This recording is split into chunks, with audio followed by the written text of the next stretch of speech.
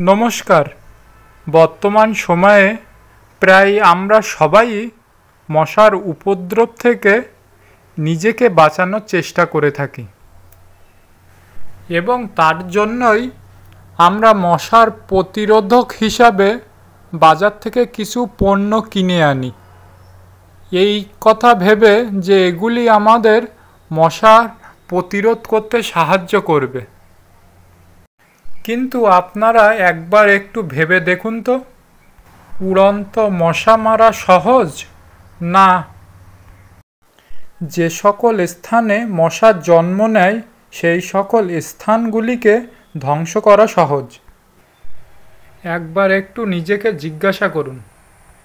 বাজার থেকে কিনে আনা ঔষধ দিয়ে হয়তো আপনি কিছু সময়ের জন্য রেহাই পেলেও এটা কিন্তু স্থায়ী কোনো সমাধান নয়।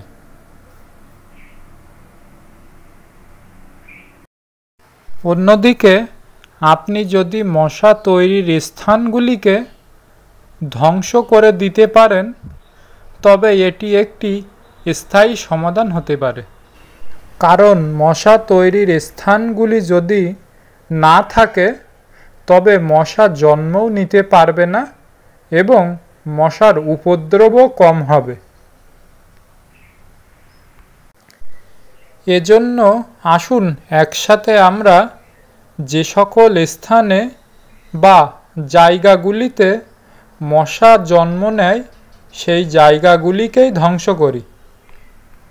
মনে রাখবেন, মশা জন্ম নেওয়ার স্থানগুলি হল অপ্রয়োজনীয় জিনিসপত্রে জমে থাকা জলে এবং আপনার ছাদে রাখা ফুলের টবে জমে থাকা জল হতে পারে মশা জন্ম নেওয়ার জায়গা।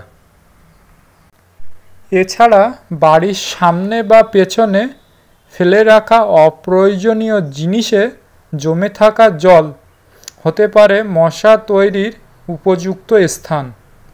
এজন্য এগুলিকে পরিষ্কার রাখা অবশ্যই প্রয়োজন। তাছাড়া আপনার বাড়ির সামনে বা পেছনে থাকা পাকা ড্রেন যেখানে জল আটকে থাকে বা বিভিন্ন জিনিসপত্র ফেলে জলকে আটকে দেওয়া হয় সেখানে মশা জন্মানোর সবথেকে উপযুক্ত স্থান।